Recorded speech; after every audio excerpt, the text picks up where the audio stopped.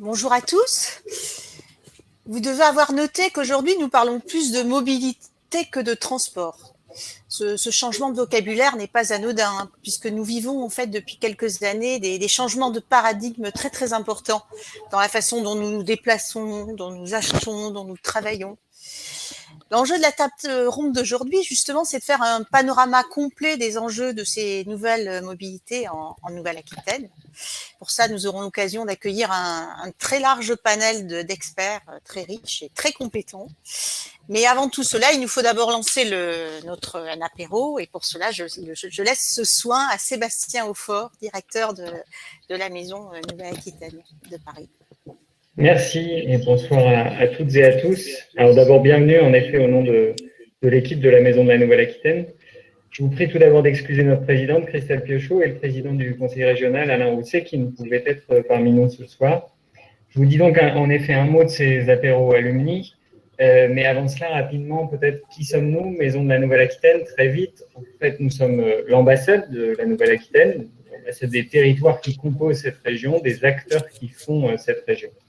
Alors, ça veut dire d'abord une mission d'appui au développement de ces acteurs et notamment, nous proposons un centre d'affaires avec 7 salles de réunion rue des Pyramides, au cœur de Paris, à des conditions tout à fait préférentielles pour les structures néo-aquitaines. Et puis une ambassade, en sens inverse, je dirais, c'est aussi un lieu d'événement, de rencontres, de promotion auprès des Parisiens. Le Lot-et-Garonne est à l'honneur en ce moment. Ça veut dire que nos espaces lui donnent une vitrine touristique, économique, mais aussi une vitrine des produits gourmands de ce département, et j'y reviens dans un instant. Et puis, enfin, notre maison de la Nouvelle-Aquitaine, elle concourt au rayonnement, à l'attractivité de la région, que serait d'ailleurs une ambassade sans ses ambassadeurs. Et nous, on a pensé que les jeunes actifs qui étaient passés par un établissement d'enseignement supérieur de la région avaient forcément apprécié cette période de leur vie dans nos territoires et qu'il nous fallait faire durer cet attachement à la Nouvelle-Aquitaine. En fait, voilà la raison d'être de ces tables rondes comme celle de ce soir. On en organise 10 en 2021. Je vous donne déjà rendez-vous pour la suivante, le 9 juin, consacré au circuit court. Ce soir, on va donc parler mobilité. Et dans quelques minutes, elle sera ouverte par le vice-président du conseil régional en charge des transports, alors un Landais, pas un Lot-et-Garonnais, mais Renaud Lagrave, que je remercie d'être présent. Moi, je voudrais saluer les nombreux intervenants de ce soir, notre animatrice, bien sûr, et puis remercier particulièrement nos co-organisateurs, l'école, l'Anserbe Matmeka, son réseau d'alumni, qui s'exprimera également dans un instant, le réseau Topos, et enfin, l'Agence de développement de la Nouvelle-Aquitaine, ADI, tous co-organisateurs de nos échanges ce soir. Je veux absolument remercier aussi les 2 entreprises mécènes grâce à qui nous organisons ces soirées alumni, le Crédit Mutuel du Sud-Ouest et EDF. EDF qui compte d'ailleurs parmi les intervenants de la table ronde sur la mobilité décarbonée. Alors bon, il est l'heure de l'apéritif et même si les terrasses sont pas encore ouvertes, on vous propose avant de parler mobilité numérique, décarbonation, de prendre l'apéritif. La fois précédente, on dégustait un gin bio du Lot-et-Garonne. Cette fois, on vous propose de rester en Lot-et-Garonne puisque c'est le territoire à l'honneur, mais de passer sur du solide. Jordi Reynal de la Maison Torres, une conserverie artisanale sans chichi comme elle se décrit. Jordi, est-ce que vous pouvez nous tenter de nous faire partager ces goûts du Sud-Ouest et puis de nous présenter votre travail? Merci à tous. En tout cas, salivez bien et puis bonne table ronde. Avec plaisir. Bonsoir à toutes et à tous. Donc, je vais me présenter rapidement. Jordi Reynal, j'ai 43 ans. Je suis limougeot de naissance. J'ai pas mal bougé, travaillé longtemps à Paris, également au sein d'une grosse structure, d'une grosse entreprise logistique et transport, notamment à Les Herbes. Voilà, et j'ai décidé il y a 4 ans de redescendre dans le Sud-Ouest, de mes terres natales. J'ai repris une conserverie artisanale il y a 4 ans qui s'appelle SAS Torres et Fils. Et on a mené une grosse transformation. Et donc, ce que je vais vous présenter aujourd'hui, c'est le fruit de 4 ans de travail. Et j'espère que j'arriverai à vous convaincre d'aller goûter nos produits qui sont actuellement en vitrine à la Maison de la Nouvelle-Aquitaine, rue des Pyramides à Paris, en exposition jusqu'à fin mai. Donc, voilà. Alors, Torres et Fils, c'est quoi? C'est une conserverie artisanale née au Mas d'Agenais. Donc, le Mas d'Agenais, on n'est pas loin de Marmande, pas loin de Tonneins, c'est en bordure du canal latéral et de Garonne. C'est une conserverie artisanale qui a été créée en 1956 par le boucher du village. Au départ, quand on a racheté l'entreprise, c'était essentiellement orienté viande, avec un packaging qui avait fait son histoire. Voilà, donc c'était essentiellement une conserverie autour des produits de la viande et du sud-ouest.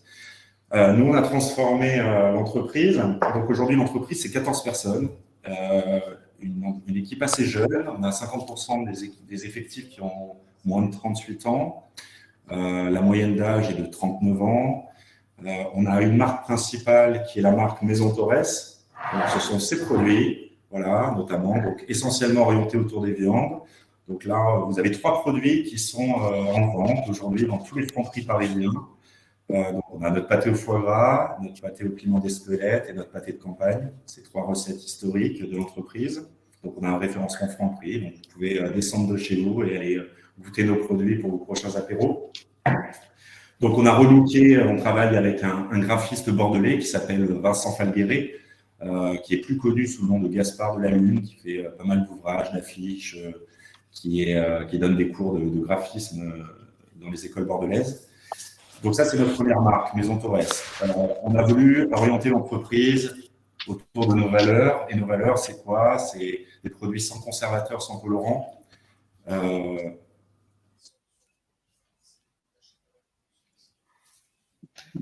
visiblement, on a perdu la connexion avec Jordi. Ouais, Ça y est, vous êtes de retour. Non.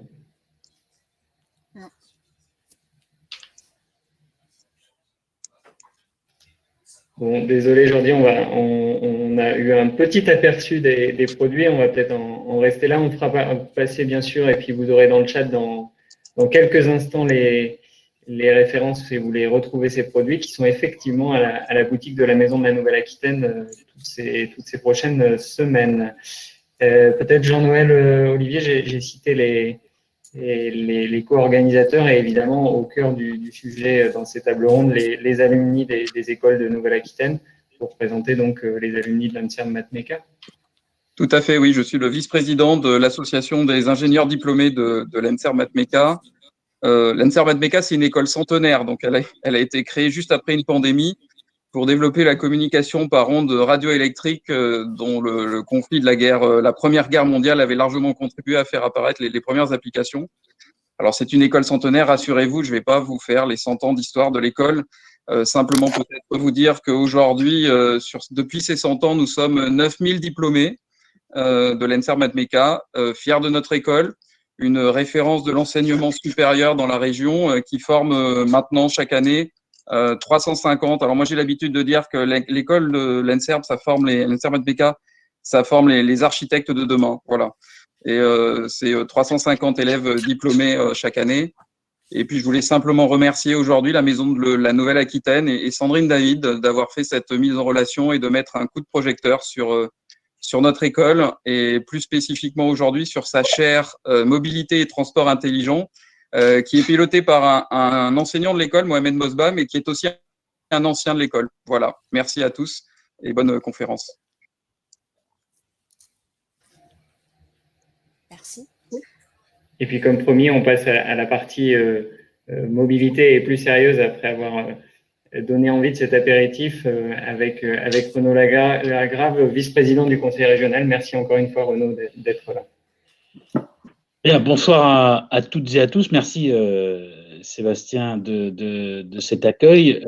C'est la première fois que je participe à ces apéros et très ravi d'avoir été invité pour une table ronde, enfin des tables rondes qui vont être vraisemblablement très intéressantes, surtout dans la période où on parle beaucoup de nouvelles mobilités. Encore faut-il se poser la question si elles sont vraiment nouvelles pour certaines, mais bon, ça c'est un débat que j'imagine on pourra avoir dans les tables rondes. La région de Nouvelle-Aquitaine, je dirais, a essayé depuis le début de ce dernier mandat, à travers notamment la fusion des 3 anciennes régions et puis surtout les nouvelles compétences qui ont été les nôtres, je rappelle qu'on nous a transféré les transports scolaires et interurbains, de prendre un petit peu à bras-le-corps ces sujets qui n'étaient pas forcément dans nos habitudes. C'est la première compétence qui nous a mis en direct finalement avec la population, avec les familles et avec les usagers des transports interurbains. D'habitude, on est toujours un petit peu en indirect, notamment par rapport au transport ferroviaire, où c'est un opérateur, et sur plein d'autres sujets. Et puis, l'idée a été finalement autour du président de faire en sorte qu'on ait, je dirais, une feuille de route autour de ces mobilités qui nous permettent, à travers notamment la fusion et ces nouvelles compétences, eh bien, d'aller vers ces mobilités au sens très large du terme, qui finalement puissent servir à tout le monde. Et j'en veux pour preuve que depuis 2002, nous sommes gestionnaires de la partie ferroviaire. Transport interurbain, transport scolaire, c'est depuis 2017. Et puis, avec les différentes lois qui viennent de sortir, il est vrai qu'on est reconnu aujourd'hui comme chef de file. Et le souhait que nous avons eu, c'est finalement de faire en sorte non seulement de transformer notre feuille de route régionale autour de la question de Néoterra, donc finalement la transition énergétique et la transition environnementale, à la partie infrastructure, transport et mobilité, donc avec quelques exemples, mais je pense qu'ils seront beaucoup mieux expliqués que ce que je pourrais le faire dans les tables rondes. Par exemple, les 5500 cars qui desservent la Nouvelle-Aquitaine tous les jours, c'est une sortie du diesel à l'échéance de 2030, pas comme d'autres à 2050 ou je ne sais quand, c'est fixé et c'est déjà aujourd'hui chose faite sur certaines lignes à travers plein de dispositifs qui seront sur lesquels on pourra expliciter si vous le souhaitez.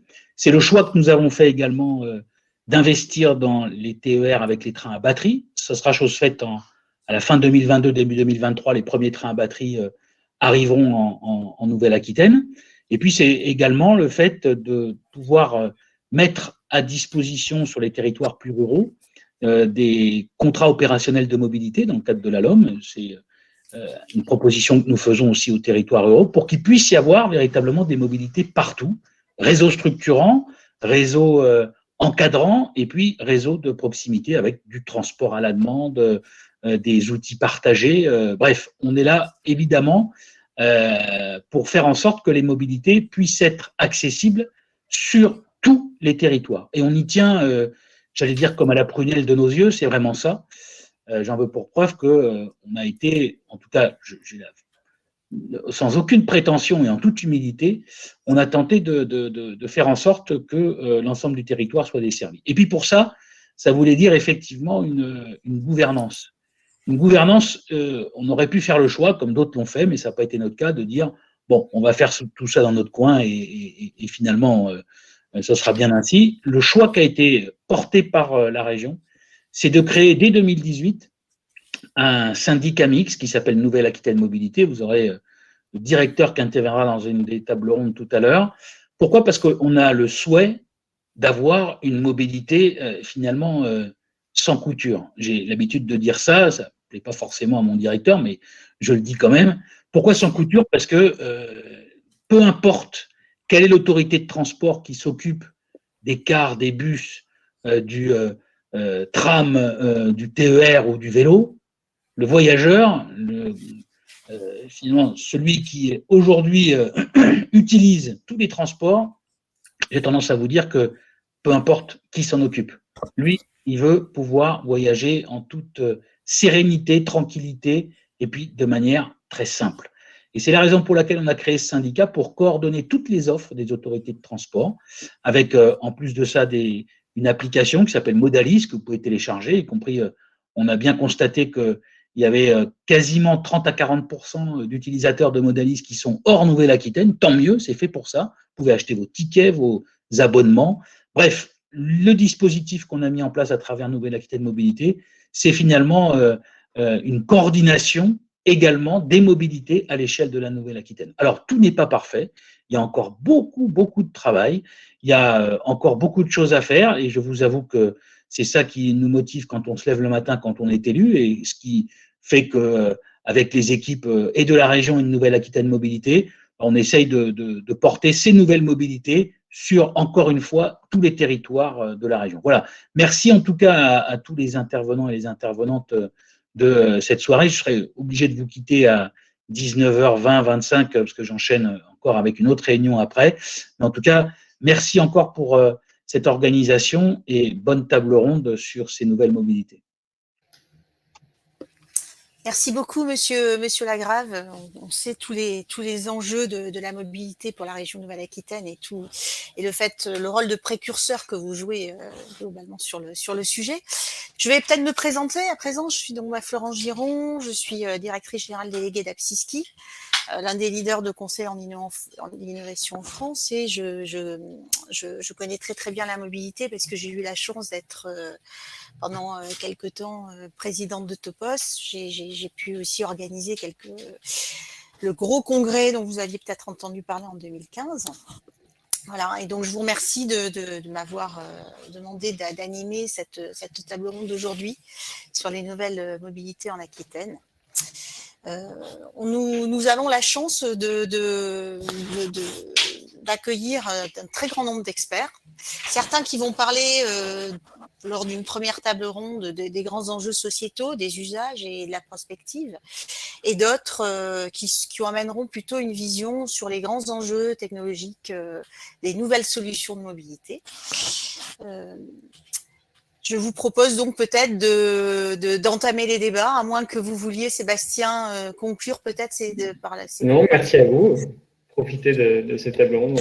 On est à l'écoute et effectivement intéressé au vu des enjeux qui viennent d'être rappelés. Tout à fait. Merci beaucoup. Donc, j'ai le plaisir d'inviter pour notre table ronde Ralph Engel, qui est expert nouvelle mobilité, Cédric Ferrero, directeur de Géosat, Jérôme Kravetz, qui est justement directeur de Nouvelle-Aquitaine Mobilité, Sébastien Christophe, qui sera ensuite remplacé par Xavier Laribaud de EDF, responsable de la centrale de Civaux d'un côté, chargé de mission chez EDF. Michel Levankiem, responsable du département développement, promotion et innovation du Grand Port Maritime de Bordeaux, qui est également administrateur adjoint du GUE Vigiport. Xavier Malardeau-Castanet, directeur du projet Ferrocampus. Éric Montserron, directeur de projet et chargé de mission Ville Intelligente à Bordeaux Métropole. Et enfin, on dit souvent en anglais last but not least, Mohamed Mosba, chaire mobilité et transport de l'ANSER Madmetka et vice-président de Bordeaux INP. Merci à tous de vous être rendus disponibles. Alors, comme je l'expliquais, notre débat sera scindé en deux grandes parties. Première partie, les grands enjeux sociétaux, les usages et la prospective. Et pour ça, Ralph, je me tourne vers vous. Vous qui êtes expert justement de nouvelle mobilité à la région, vous avez réalisé un panorama des usages et des évolutions de la mobilité. Il y a un très grand champ de sujets à aborder quand on traite de la mobilité. Et finalement, peut-être pour commencer et planter le décor, ce serait bien peut-être de démarrer par, justement, Renaud Lagrave en a parlé tout à l'heure, ce dont on parle quand on parle de nouvelles mobilités. Est-ce que ce sont vraiment des nouvelles mobilités ? Ok. Vous m'entendez ? Vous m'entendez, j'espère. On vous entend pas, Ralph. Ok. On m'entend pas. Donc, en fait, normal. Là, ça va parce que tout à l'heure, ça fonctionnait. Tout à l'heure, ça fonctionnait très bien, mais... Oui, okay. on l'entend. Oui, moi je l'entends aussi, oui. Okay, oui, j'entends aussi, Ralph. Oui. Merci beaucoup, merci de cet écho. Donc, ok, rapidement, donc en fait, je me présente, Ralph Engel. Donc moi, je suis donc expert de haut niveau nouvelle mobilité. Donc on peut dire je conseille le directeur général du service et le président et les élus sur ces questions-là. Donc en fait, qu'est-ce qui est nouveau dans les nouvelles mobilités ?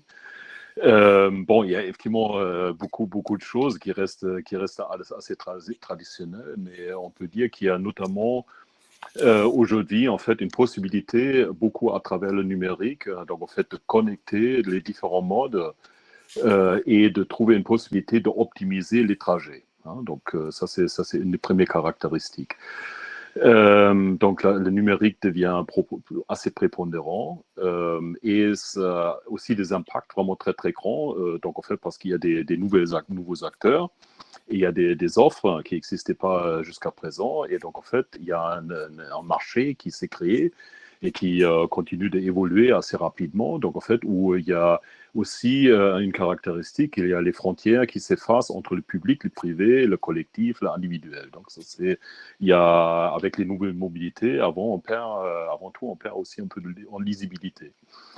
Et donc, ces nouveaux acteurs qui sont très souvent issus du champ du numérique ou qui sont aussi des entités qui s'inventent en tant que constructeurs, par exemple comme Tesla qui veut devenir constructeur automobile, qui n'est pas encore aujourd'hui. Hein, donc en fait là il y a encore un peu de chemin à faire et qui mettent beaucoup sous pression les anciens acteurs, hein, donc en fait les constructeurs, les opérateurs. Et sur des thématiques qui sont plus ou moins nouvelles, hein, parce que là, en fait, on est aussi disons, je ne veux pas dire dans un éternel retour, mais il y a beaucoup de sujets qui sont aujourd'hui à nouveau à l'ordre du jour, qui existent déjà depuis 30 ans. Hein, donc, en fait, par exemple, la voiture électrique, la voiture à pile à combustible, avec toujours les mêmes problèmes, par exemple, de construire une infrastructure de recharge. Donc, en fait, on s'occupe, en fait, là, tout à l'heure, on va certainement parler du véhicule autonome, hein, donc, en fait, qui est aussi quelque chose qui effectivement avance, mais où il y a beaucoup disons, d'expérimentation, de mise en place encore à faire. L'automobile est de plus en plus contesté, hein, donc, en fait, mais il ne disparaît pas. Donc, ça, c'est assez intéressant aussi de regarder que là, effectivement, on va observer que le numérique va prendre aussi une place très, très importante dans le marché automobile, mais ça ne change rien. Hein. Il y a une base roulante qui produit quand même encore beaucoup de choses, hein, comme par exemple de la congestion, toujours de la pollution et tout ça. Dans ce qui est important aussi, en fait, il y a la mobilité individuelle, en fait, elle est assez fortement influencée. Donc, en fait, on a notamment dans des espaces urbains vraiment une possibilité vraiment très grande de composer ses trajets, hein, donc en fait à travers des applis. Et aussi, en fait, avec une tendance qu'on est peut-être aussi de moins en moins propriétaire de son véhicule. Hein, donc, en fait, effectivement, il y a en gros cette mobilité à la demande qui est de plus en plus importante. Est-ce que c'est le cas pour tout le monde? Je pense qu'on va encore en parler dans la suite de nos échanges. Après, il y a certaines choses aussi qui passent peut-être un peu à la trappe, qui sont des aspects, par exemple, de la sécurité ou la cohabitation entre les modes. Hein. Donc, en fait, effectivement, vous passez un permis pour une voiture. Donc, en fait, là, effectivement, il y a beaucoup de choses quand même à respecter, un permis à passer et tout ça. Vous passez aujourd'hui pas forcément un permis de vélo électrique ou de trottinette électrique. Hein, et en fait, personne ne vous apprend comment bien vous comporter dans l'espace public ou comment gérer en tant qu'automobiliste cette cohabitation entre les différents modes. C'est important. Il y a, et peut-être là, ça peut être une transition là, vers ce que je pense très probablement Jérôme Kravets va aborder, avec qui je travaille vraiment très étroitement. C'est effectivement cette notion du MaaS, hein, donc en fait qui est Mobility as a Service, qui est effectivement une on peut dire, vraiment éléments extrêmement intéressants dans les nouvelles mobilités, mais qu'il s'agit de construire intelligemment et stratégiquement. Et ça va être vraiment un enjeu pour nous, donc en fait pour les années à venir, de en faire vraiment un vrai outil de maillage du territoire et de l'aménagement du territoire. Très bien, merci Ralph. J'en profite, et j'ai oublié de le dire, que sur le chat et sur la plateforme, vous avez la possibilité, tous ceux qui nous écoutent, de poser des questions auxquelles on se fera un plaisir également d'aborder et de répondre, soit en direct, soit oralement. Voilà, surtout n'hésitez pas, je vois qu'on a déjà quelques précurseurs. Et peut-être, Jérôme, justement, vous êtes directeur Nouvelle-Aquitaine Mobilité.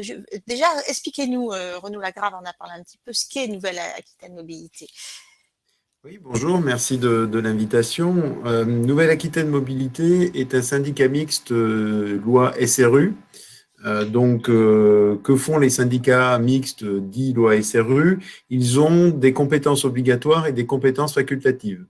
Sur les compétences obligatoires, il s'agit de pouvoir coordonner et mettre en œuvre tout ce qui a trait à l'information voyageur, à la billettique et, comme le disait Ralph, au MAS, ou comme le disait le président, à la mobilité sans couture, c'est-à-dire la capacité en développement des outils ou des systèmes de pouvoir switcher d'un réseau à un autre avec votre smartphone, votre carte, demain votre carte bleue, etc.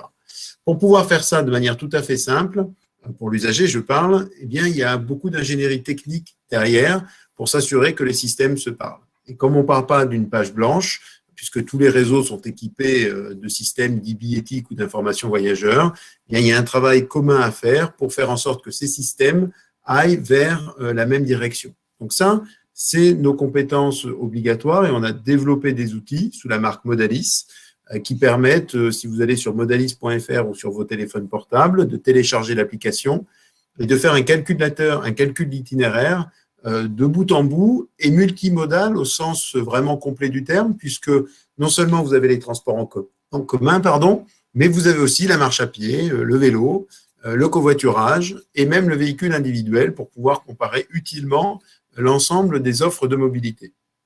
Donc ça, ce sont nos compétences système, on va dire, mais extrêmement importantes pour l'usager, puisque en fait Modalis se veut la marque compagnon des usagers, toujours à proximité pour pouvoir être assuré sur le prochain passage du bus, d'un train ou du covoitureur, encore une fois.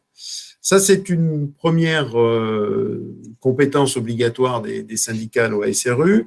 La deuxième, c'est la coordination des offres de transport. Parce qu'effectivement, la loi est bien faite. On estime que si les systèmes se parlent, mais que les offres ne se parlent pas, on risque de créer plus de déception que d'allant dynamique vers les transports en commun et de report modal. Donc, ça veut dire que dans nos missions, nous avons des études dites multimodales qui permettent d'améliorer la coordination des offres de nos membres avec une répartition, et c'est peut-être aussi le sens de la question, comme nous avons un territoire très grand, nous sommes répartis en 5 bassins de mobilité, Limousin-Périgord, Sèvres-Atlantique, Vienne-Charente, Gironde-Garonne et Landes-Pyrénées, qui permettent une animation locale plus précise au niveau justement de cette coordination entre les aires urbaines et les nécessités de déplacement interurbain. Ce qu'il faut savoir enfin, c'est que Nouvelle-Aquitaine Mobilité a une existence récente. Les statuts ont été posés en juillet 2018. Les équipes sont arrivées en cours d'année 2019 et nous regroupons la quasi-totalité des autorités organisatrices de la mobilité du territoire. C'est-à-dire que sur les 30 que constitue la Nouvelle-Aquitaine, nous en avons 26, enfin sur les 29, nous en avons 26, pour être tout à fait précis. Donc il y a une dynamique régionale très forte, régionale au sens territorial, avec évidemment l'impulsion de la région, mais aussi l'ensemble de nos membres urbains. Très bien. Alors on sent, Ralph en a parlé, que l'autosolisme reste quand même encore d'actualité, c'est-à-dire ces gens qui continuent à se déplacer tout seuls quasiment dans leur voiture. On essaye, la voiture est de plus en plus décriée, mais bon, elle reste encore un moyen de transport important. Justement, les nouvelles mobilités, c'est aussi de la mobilité partagée. Alors quels sont les projets de votre Nouvelle-Aquitaine Mobilité justement pour lutter contre l'autosolisme? Alors, on s'appuie sur nos compétences obligatoires, sachant que nos membres nous ont aussi demandé de travailler sur les compétences facultatives que sont le covoiturage et le vélo. Mais rien qu'en développant les compétences obligatoires, ça permet d'aller dans le sens d'un meilleur report modal. Pourquoi? D'une part parce que, en fait, on a 2 gros projets phares. Vous l'avez compris, celui du MAS, de la mobilité servicielle, Et donc, l'objectif premier, c'est de simplifier le parcours client, que ça ne soit pas une usine à gaz de pouvoir prendre un titre multimodal. Aujourd'hui, ça paraît tout bête, hein, mais il suffit de se promener un peu partout en France. Vous allez dans des agences dites de mobilité multimodale et en fait, vous avez 3 distributeurs de titres automatiques. Vous n'en avez pas un qui vend tout. Vous en avez 3 et chacun vend un réseau. Et si vous allez au guichet, c'est pareil. Il faut aller à 2 ou 3 guichets pour acheter des titres combinés. Donc, en fait, c'est quoi la promesse de Modalis? C'est de dire demain, tout ça, table rase. Et avec un distributeur de titres, vous pouvez acheter les titres de vos différents réseaux, du réseau régional comme des réseaux urbains, sur des titres des distributeurs de titres, en agence de mobilité et évidemment sur votre smartphone. Il y a des études très récentes qui montrent que le seul objet qui nous fait faire demi-tour le matin quand on l'a oublié chez soi, c'est le smartphone. Vous oubliez vos papiers, vous ne faites pas demi-tour, vous oubliez votre carte bleue, à moins que vous ayez besoin de manger le midi, vous ne prenez pas, vous faites pas demi-tour, mais le smartphone, c'est votre doudou. Et donc, il faut absolument qu'on soit en capacité, sur ce smartphone, d'avoir une interface unique et de pouvoir préparer son trajet, le commander et, j'ai envie de dire, le consommer, c'est-à-dire le valider dans les différents modes de transport. Donc ça, c'est un élément essentiel du travail que nous menons avec nos membres dans la continuité des outils Modalis. Et c'est donc une première réalité, c'est-à-dire qu'aujourd'hui, comme je le disais, notre calculateur d'itinéraire, il ne met pas en avant que les transports en commun. Il met aussi le covoiturage, il met aussi le vélo, il met aussi la marche à pied. Ça veut dire que les nouvelles mobilités sont intégrées d'ores et déjà à nos outils. Et ensuite, on développe des outils comme le ticket Modalis qui regroupe d'ores et déjà un certain nombre de réseaux. On vend du pass abonné télétravail, TER, on vend la moitié des réseaux routiers régionaux et cet été, ce sera la totalité. Nous avons 17 membres urbains qui sont référencés dans nos outils. Donc, on a commencé ce travail de simplification du parcours client. Donc ça, c'est la partie système, outils pour l'usager que nous sommes les uns et les autres. Pas 50 clics, un seul, simple, on achète, toc, et on peut s'en servir. Mais ce que je disais tout à l'heure, c'est que ça ne fait sens que s'il y a des offres derrière. Parce qu'effectivement, on parle beaucoup d'autosolisme, mais en fait, les études montrent que l'autosolisme, il se fait sur des territoires où l'offre de transport est balbutiante, parfois incomplète, parfois incomprise. Elle existe et parfois n'est mal référencée ou mal interprétée. Donc, nous avons mené avec les membres de Nouvelle-Aquitaine Mobilité une étude qui permet de considérer les principaux corridors sur lesquels un report modal est possible.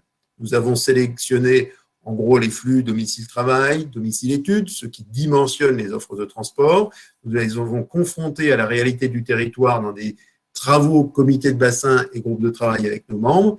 Et il ressort de ça, à l'échelle de la région, 55 corridors périurbains sur lesquels un report modal est possible dès lors que l'offre de transport relève d'une offre de transport structurante. Ferroviaire, car express s'il n'y a pas de ferroviaire, ou covoiturage. Et c'est l'alliance de ces deux outils qui va permettre en fait de contrer ou de lutter contre l'autosolisme et de proposer des schémas cohérents de mobilité à la fois pour les territoires denses et leurs territoires périurbains, encore une fois, hein, ceux sur lesquels le travail est le plus à réaliser, mais aussi pour des territoires ruraux sur lesquels la notion de rabattement sur un réseau structurant va faire sens et pourra aider la région, nous l'espère, à renseigner ses contrats opérationnels de mobilité. Donc, ce sont bien ces deux éléments que nous avons en travail avec nos membres pour améliorer le report modal et développer l'ensemble des mobilités, qu'elles soient nouvelles ou anciennes, importe finalement peu dès lors qu'elles répondent aux besoins des territoires. Très bien, merci Jérôme. C'est vrai qu'un des travers des transports en commun, en tout cas anciens peut-être, c'est qu'ils induisent souvent une polarisation des territoires, avec les grandes villes qui sont souvent beaucoup mieux desservies que les zones rurales. Alors justement, Ralph, peut-être comment vous abordez ces enjeux socio-économiques majeurs au niveau d'une région comme la En fait, ça a été dit, hein, donc en fait, il y a effectivement, on a les nouvelles mobilités, on a le projet MAS, hein, donc en fait, il y a effectivement, dans cette mandature, depuis la fusion, en fait, on a vraiment au niveau des conseils régionaux entrepris énormément de choses, là, donc pour mailler le territoire, pour améliorer les transports, les moderniser, les décarboner et tout ça. Après, une région aussi grande, immense comme la Nouvelle-Aquitaine, mais ça concerne quasiment l'ensemble de la France, ça concerne d'autres pays européens, a toujours le problème de comment bien servir les territoires peu denses. Hein. Donc, en fait, et l'accès à la mobilité est et reste un enjeu social. Hein. Donc, en fait, c'est ne pas être mobile, ça renforce les inégalités sociales. Hein. Donc, en fait, il y a beaucoup l'enjeu aussi à travers de la mobilité, d'avoir un accès à l'emploi, à la formation, à la vie active, à la vie sociale tout court, quoi. Donc, en fait, ce qui peut être effectivement dans un territoire non connecté, être très critique, hein, donc, en fait, pour soit les jeunes qui n'ont pas encore le permis, hein, donc, en fait, ou qui n'ont pas les moyens d'avoir une voiture, donc accès à la vie active, des personnes qui sont peut-être au chômage, ou des personnes âgées qui peut-être n'ont plus le permis. Donc, il y a là-dedans aussi une dimension socio-psychologique, hein, donc au fait que le versant être privé de mobilité, qui peut tout à fait, voilà, c'est l'exclusion, hein, donc en fait, perte d'estime de soi et tout ça. Donc ça, c'est très important, hein, donc en fait, parce que là, on est aussi, et donc il y a un lien évidemment aussi avec cette question qui est revenue à plusieurs reprises autour de l'autosolisme. Donc en fait, effectivement, nous en région, il y a feuille de route de Néoterra, on l'avait inscrit aussi déjà dans le schéma du développement économique. Il y a bien sûr, il y a cette volonté de décarboner, d'être de plus en plus dans le écologiquement correct. Mais la réalité aujourd'hui, c'est aussi dans les territoires peu denses. Hein, donc en fait, il y a la voiture et très souvent la voiture d'occasion. Très souvent, la voiture d'occasion en dessous de 5 000 euros reste la variable d'ajustement. Hein, donc voilà. Ce qui est important, et là, ça rejoint vraiment ce que Jérôme il a développé, et vraiment très, très concrètement, cette question. Donc en fait, de comment bien travailler ensemble pour arriver à que le MaaS est vraiment une alternative. Hein, donc ça veut dire en fait là quand vous êtes dans certains territoires, on peut être face à des réalités que beaucoup n'imaginent pas. Donc en fait c'est donc la question de opposer les bien-pensants qui ont la possibilité effectivement d'avoir à travers leur portable le choix de mobilité. Hein, donc en fait vis-à-vis de ceux qui ont cette possibilité-là. Donc ça veut dire aussi il faut qu'on soit vraiment inventif. Hein, donc aussi, qu'est-ce qu'on maille, hein, donc en fait, ça ne sera pas que le vélo ou effectivement qui est important, on peut encore le développer, pourquoi le vélo devient de plus en plus important et qu'est-ce que ça signifie aussi en termes de développement économique hein, pour la région. Mais il y a, ça a été dit, la marche, ça va être le covoiturage qui est un de nos grands enjeux, le autopartage et vraiment... en fait, par exemple, en ville, vous avez la notion du dernier kilomètre, hein, donc qui notamment concerne les livraisons. Hein, donc, en fait, aujourd'hui, on est beaucoup d'accord que les derniers kilomètres, c'est bien de les faire en mode douce. Hein, donc, en fait, par exemple, en vélo cargo et tout ça. Mais vous avez le même enjeu en race campagne. Et le dernier kilomètre, c'est le premier kilomètre qui vous mène à une offre de mobilité. Et ça va être un de des enjeux. Donc, en fait, ce quoi il faut qu'on travaille vraiment stratégiquement et vraiment en coopération avec tous les acteurs, les collectivités et aussi avec les entreprises qui ont peut-être des choses à proposer. Hein, donc, voilà. Alors, donc, ça... Merci Ralph. Alors justement, on a une question d'Yves Garenne on sent bien la notion, l'importance en tout cas des hubs multimodaux et le fait de pouvoir, parce qu'au-delà du MaaS, du numérique, il faut aussi avoir des pôles où on puisse changer finalement de mode de transport, faire en sorte de pouvoir faire de l'intermodalité facilement. Et alors Yves Garenne dit, un certain nombre de PCI ont lancé des rénovations ou des évolutions de leurs pôles multimodaux, mais en quoi les pilotes de ces opérations sont au fait des nouvelles mobilités. Et est-ce que justement la région s'attache à quelque part informer, aider au développement de ces pôles dans cette vision finalement systémique un peu globale au niveau du territoire? Peut-être Jérôme. Alors je ne sais pas si Renaud Lagrave est toujours peut éventuellement. Renaud Lagrave est toujours... voilà, merci Renaud. Non, pas de problème. En fait, par rapport à ce sujet-là, ça fait partie des règlements qu'on a effectivement votés quasiment à mi-mandat ou enfin dans la première partie du mandat, pour pouvoir faire en sorte que là où il y avait des projets parfois de gares routières, de gares d'aménagement autour des haltes ou des gares TER, ou des gares tout court d'ailleurs, on puisse véritablement transformer tout ça en PEM, pôle d'échange multimodal. Et la vérité, c'est que aujourd'hui, on essaye de faire en sorte que de la plus petite halte jusqu'à n'importe quelle gare, il y ait aujourd'hui un pôle d'échange multimodal. Pourquoi ? Parce que ce qui vient d'être dit est fondamental, c'est-à-dire qu'il n'y a plus une seule mobilité. Bon, voilà, il y a des mobilités, donc c'est pour ça que maintenant, entre autres, j'avais les transports, les infrastructures et les mobilités au titre de vice-président. Et c'est vrai qu'il faut penser à toutes ces mobilités. Ça veut dire que quand le train arrive, il faut que le car ne soit pas déjà parti, qu'il soit d'ailleurs de la région ou celui de l'AOM qui est sur place, l'agglomération ou la métropole. Il faut qu'on puisse trouver un garage à vélo sécurisé. Il faut qu'on puisse trouver éventuellement de la voiture partagée là où c'est possible. Bref, éventuellement que la voie verte passe par le pôle d'échange multimodal. Qu'on y trouve aussi une possibilité de recharger sa voiture.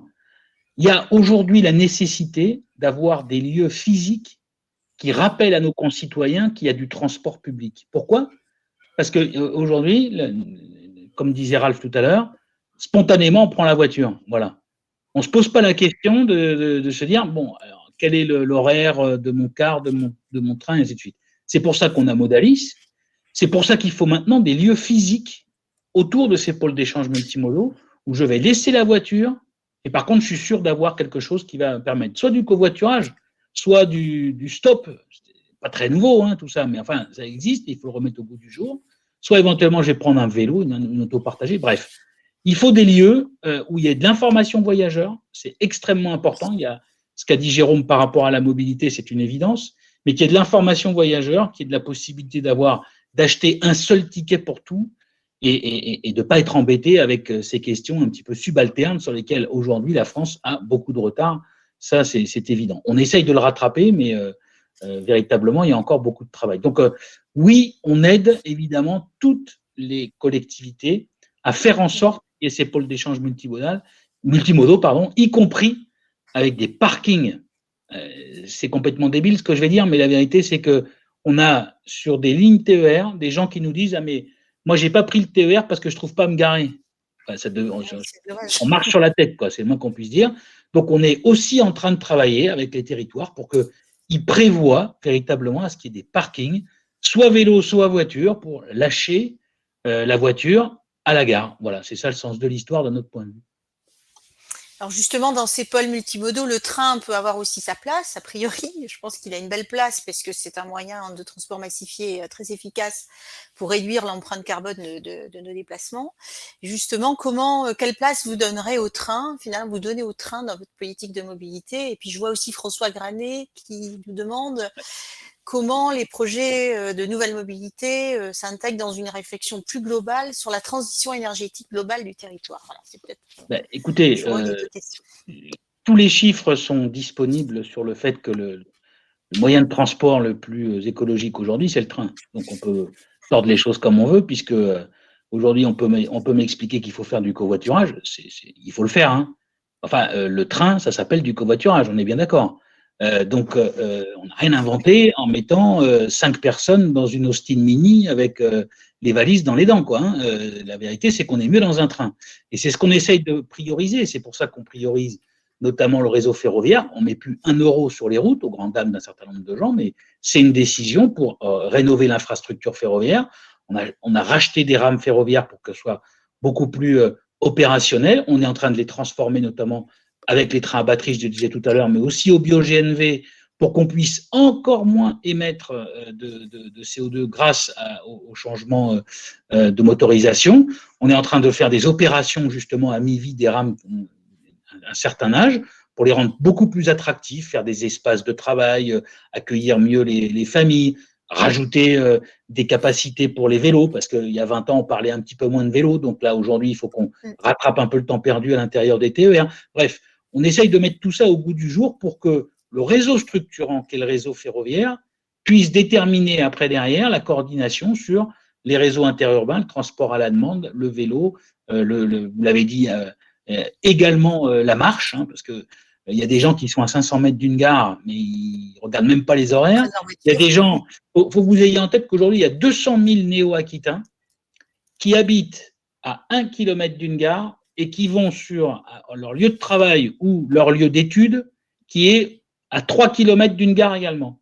Ça veut dire quoi? Ça veut dire qu'aujourd'hui, on a, allez, grosso modo, une soixantaine de mille de personnes qui prennent le train tous les jours. Les 200 000 dont on est en train de se parler, je suis sûr qu'on n'est même pas, allez, à 10% qui prennent le train.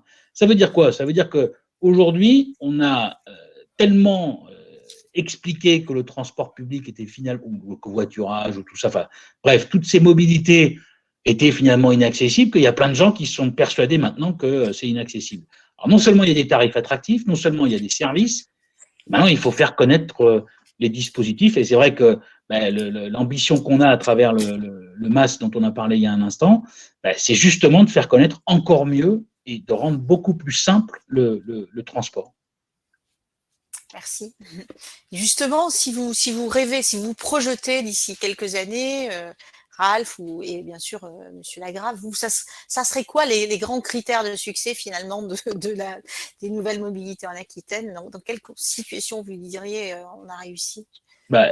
Écoutez, il y a d'abord qu'on arrête véritablement les embouteillages aux portes de toutes les agglomérations de Nouvelle-Aquitaine, parce qu'il y a Bordeaux, certes, mais il y a tous les autres. Hein. Et je peux vous dire qu'aujourd'hui, notre ambition partagée d'ailleurs, hein, avec les exécutifs de toutes les agglomérations et Bordeaux Métropole, c'est d'arrêter ça. Enfin, ça donne une image délirante. Il y a des gens qui se lèvent à des heures indues pour pouvoir aller au boulot à 8 heures bon, donc faut arrêter ça. Donc la vérité, c'est qu'il faut qu'ils soient dans des trains et qu'on désengorge complètement. Donc si moi j'avais un rêve, c'est ça, c'est qu'on arrête d'avoir des embouteillages. Et le deuxième rêve que j'ai, c'est qu'on enlève les 9000 camions qui se promènent au sud de Bordeaux et qui vont en Espagne ou ailleurs. Et donc également le transport propre avec du transport de marchandises. Moi, les deux rêves que j'ai, c'est ça, vous savez, et on essaye de faire ce qu'on peut, mais le temps ferroviaire, si vous voulez, n'est pas du tout un temps normal. Il faut que chacun ait ça en tête. Le temps ferroviaire est un temps long, voire très long, voire très, enfin, vous voyez ce que je veux dire. Donc, aujourd'hui, il faut juste être humble et modeste en se disant, on va être de passage, quand on est élu, on est de passage, hein, en tout cas, les techniciens, les salariés et les agents de la région le restent, mais les élus, on est de passage. Donc nous, on essaye de faire en sorte, pendant notre passage, de porter un petit peu quelques sujets qui permettent d'aller vers ça. C'est-à-dire, en fait, ce qui a fait très longtemps dans ce pays unanimité, qui a été un peu remis en cause, malheureusement, mais qui est la question du report modal, que ce soit la marchandise, que ce soit les voyageurs. Le report modal, ça a été, c'est l'histoire, finalement, des transports publics dans notre pays, en Europe et dans le monde.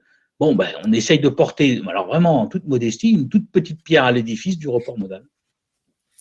C'est une belle ambition, en tout cas, c'est clair. Je ne sais pas si Jérôme, Ralph, vous voulez rajouter, derrière la belle de Renaud Lagrave. En fait, il y a peut-être un aspect donc en fait, effectivement, hein, il faut souhaiter et œuvrer, et je pense qu'on va le faire là, d'avoir vraiment une mobilité bien créative et innovatrice et inclusive et solidaire. Hein. Donc en fait, ça c'est important, qui oublie personne. Il y a une chose que aujourd'hui on n'a pas, et non seulement en Nouvelle-Aquitaine, mais pas en France, dans d'autres pays européens non plus. C'est un peu passé de la mode. En gros, on connaît pas vraiment très bien les usagers. Ça veut dire, en fait, on a très peu de données, voire pas du tout, sur les représentations en termes de l'usage des moyens de mobilité. Et on a encore moins des données, ce que font les gens vraiment. Et donc, et ça, c'est vraiment, c'est quelque chose qu'on pourrait peut-être attaquer, hein, donc en fait, prochainement. Donc, en fait, d'avoir une enquête longitudinale qui mesure cela? Parce qu'aujourd'hui, aussi beaucoup plus facile qu'encore il y a quelques années où c'était par questionnaire à la gare. Hein. Donc, en fait, aujourd'hui, on peut faire ça en ligne. Hein. Donc, voilà. Donc, ça, et je pense là, on pourrait vraiment bien en bénéficier. Quoi. Donc, aussi parce qu'on a beaucoup d'idées et de suppositions, mais des choses peut-être à vérifier. Hein. Et donc, je pense avec ça et avec le projet de vraiment avancer sur le MAS, ou la masse, hein, je ne sais jamais. Donc, en fait, ça peut être assez complémentaire. C'est vrai que ces nouvelles mobilités placent l'usager au cœur du système. Hein. C'est d'ailleurs pour ça qu'on parle de mobilité maintenant et plus de transport. Et je suis d'accord que c'est essentiel. Peut-être Jérôme, juste un petit mot pour clôturer cette première table ronde sur les usages et les… Oui, merci. Une forme de réponse aussi à des questions qui ont été mises dans le fil, notamment sur la bonne aire géographique pour développer des masses et comment Modalis se situe face à des Citymappers ou des Google Maps. Je pense que c'est des débats qui sont essentiels. On a fait un séminaire en octobre l'année dernière sur justement le MAS et la bonne zone de développement d'un MAS. En fait, la réponse est de dire qui est sortie du séminaire, hein, bien sûr, c'est de dire qu'effectivement, il faut développer les masses à l'échelle régionale, parce qu'aujourd'hui, il y a des institutions, des collectivités qui se saisissent de sujets comme les syndicats SRU, dont fait partie Nouvelle-Aquitaine Mobilité, et que donc, à un moment donné, c'est la bonne aire parce qu'elle va allier les réseaux urbains et les réseaux interurbains, sans compter les nouvelles mobilités qu'on a évoquées au cours de cette première table ronde. Mais ce travail de déploiement, il faut imaginer qu'il se fait avec, en sous-jacent, des réunions régulières avec les collègues des autres syndicats pour s'assurer que les specs techniques permettront demain à un tiers d'agglomérer potentiellement cette mutualisation des masses à une échelle plus large, plus grande. Et donc s'assurer que l'intermodalité billettique, telle qu'on l'imagine aujourd'hui à une échelle locale, elle sera permise à une échelle bien plus importante. Alors, ce sera des systèmes d'API, de SDK, peu importe, mais il faut savoir que ce travail est fait. Mais à un moment donné, pour agglomérer, il faut avoir conscience que le faire à une échelle plus grande que l'échelle régionale est extrêmement compliqué et donc il faut procéder par étapes. Ça, c'est le premier point et ça répond à la question d'une certaine façon sur Google Maps ou Citymapper. Sans rentrer dans les débats d'audience ou de clarté, il y a un exemple très récent qui est sympa, c'est celui de Londres. Londres, ils ont dit on constitue les bases de données parce que, en fait, pour faire des masses, il faut des données. Hein, et c'est la puissance publique qui paye la mise en qualité de ces données de transport. Donc déjà, il y a une obligation d'intervention de la puissance publique, quoi qu'il en soit, quels que soient les modèles retenus, parce que les données de transport, il faut les produire et c'est la puissance publique et ses exploitants qui les produisent. Mais Londres a dit on produit les données, on les met à jour et puis des Citymappers, peu importe qui, en signant une licence précisant exactement le qui fait quoi, va les utiliser. Et en fait, Londres est en train de faire machine arrière parce qu'ils se sont rendus compte que les opérateurs privés ne comblent pas la totalité des besoins. Ça veut dire qu'ils ne s'adressent pas aux personnes à mobilité réduite. Ils ne s'adressent pas à ceux qui sont dans des besoins d'inclusion. Ils ne s'adressent pas à tout un pan de la population. Et donc, ça veut dire que Londres, comme nous, estime qu'il faut développer des outils publics qui sont capables d'adresser la totalité des personnes. On est quand même sur un service public. Et quand on parle de basculer, Ralph l'a très bien dit, sur les transports en commun, la notion d'information voyageur qu'on oublie trop souvent, mais qui est la première brique. Le président l'a dit, il y a des gens qui sont à côté, ils ne savent pas. L'information est des fois déficiente. C'est la première brique et donc c'est la puissance publique non seulement de la consolider, mais aussi de la produire. Ça, c'est le premier point. Et le deuxième point, c'est que la qualité de l'information sera toujours, de mon point de vue, meilleure sur les outils publics parce que nous sommes ceux qui la constituent. Et que donc, les mises à jour doivent être, si ce n'est pas le cas, il faut qu'on s'améliore. S'il y a des contre-exemples, aucun problème pour travailler là-dessus, mais nous sommes les producteurs de données.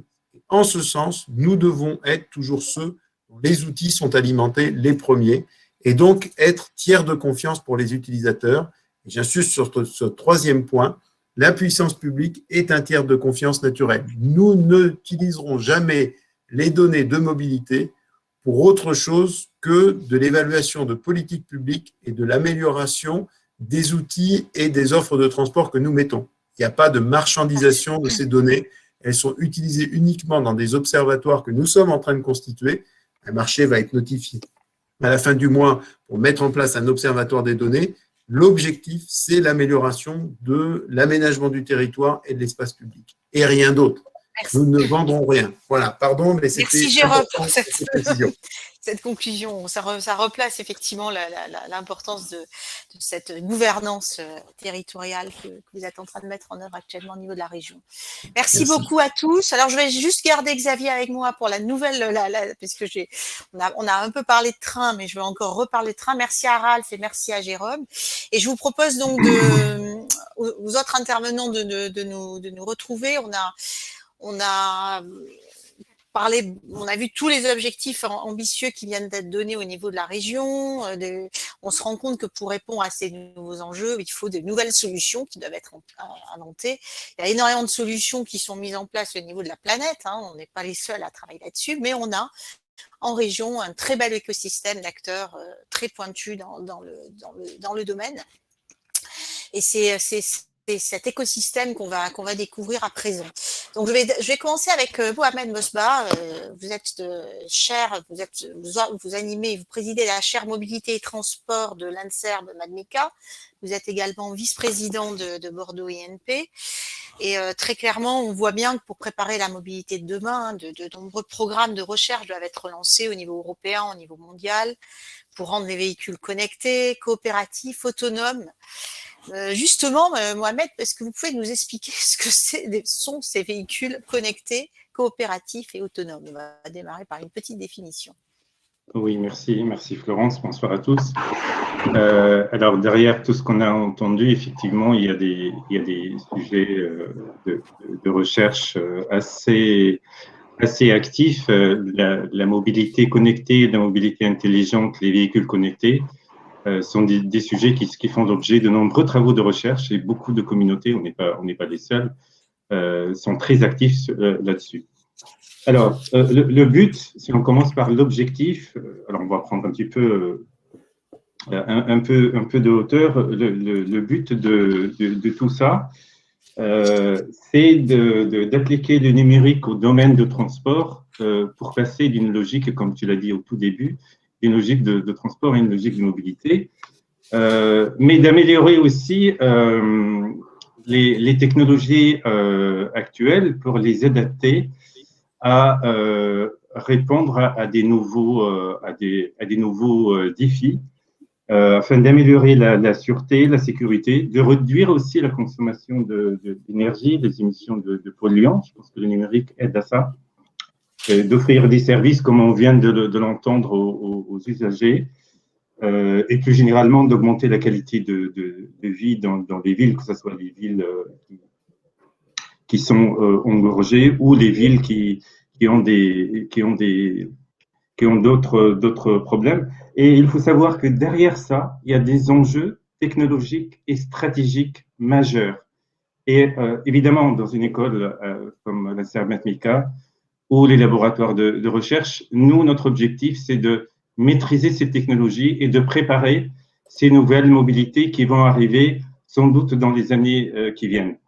Alors, pour donner quelques définitions et pour répondre à tes questions, quand on parle de tout ça, en fait, il y a un abus de langage, on parle de transport intelligent, de mobilité, de véhicules connectés.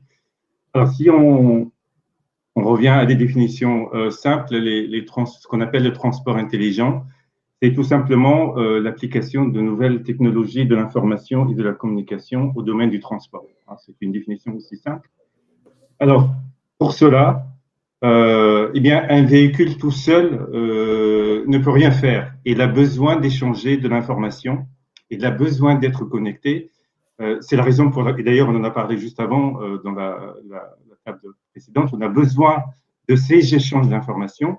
Donc, ces moyens de communication se font via des standards. Alors, si on prend l'exemple de véhicules, ou de train, ou de bus, ou de vélo, de trottinette, eh bien, il y a des standards, des moyens de communication qui permettent d'échanger les informations entre les véhicules, ce qu'on appelle le V2V, si on parle de véhicules, c'est qu'à l'avenir, les véhicules vont échanger les informations entre eux, tout comme nos téléphones échangent les informations. On va avoir également des échanges d'informations entre les véhicules et l'infrastructure. D'ailleurs, on prépare les infrastructures numériques. Et donc, tout ça va faire en sorte que les véhicules vont être connectés et ils vont avoir des moyens de communication pour à la fois disposer de suffisamment d'informations pour prendre des décisions, mais aussi pour fonctionner. Et enfin, alors, les informations sont des informations qui peuvent provenir de véhicules ou d'infrastructures, d'où la notion de coopération. Ce sont des véhicules coopératifs, ce qu'on appelle les CETS. Donc, un véhicule va échanger des informations avec les autres, recueillir des informations et prendre des décisions. Et donc, derrière tout ça, évidemment, il y a des sujets qui sont importants, des défis qui présentent des travaux de recherche et de nombreux défis. Alors justement, les défis sont si grands qu'à l'INSERM MATMECA, vous avez monté une chaire sur le sujet. Est-ce que vous pouvez nous en dire un peu plus, en quelques mots? Parce que ça montre tout le leadership qu'on a dans la région sur ces domaines. Oui, tout à fait. Alors d'abord, on a la chance d'être dans une région où le sujet de la mobilité est un sujet historique. Aussi bien, alors je prendrai quelques exemples, que ce soit à Bordeaux, à La Rochelle, à Pau ou dans d'autres régions. Il y a des initiatives qui font que cette région a une tradition et une longue histoire de la mobilité. Je prends l'exemple que je connais le mieux, Topos, qui est créé en 2006, que tu as présidé déjà. La création d'une conférence en 2015, une très grande conférence qui a créé en fait après une dynamique régionale. Et puis, on a la chance d'avoir en région un écosystème qui travaille beaucoup ensemble, que ce soit les académiques, les chercheurs, les entreprises, les institutionnels. Et donc, tout ça fait créer en fait un écosystème qui a pu avancer sur ce sujet.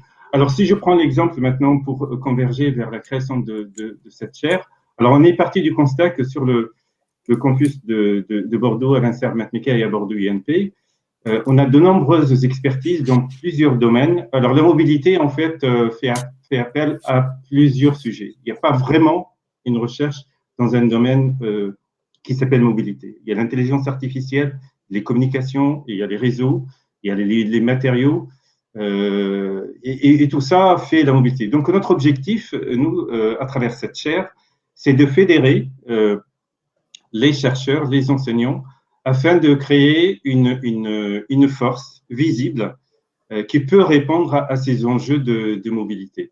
Donc, on a créé cette chaire il y a 2 ans avec des partenaires régionaux, avec 6 partenaires industriels.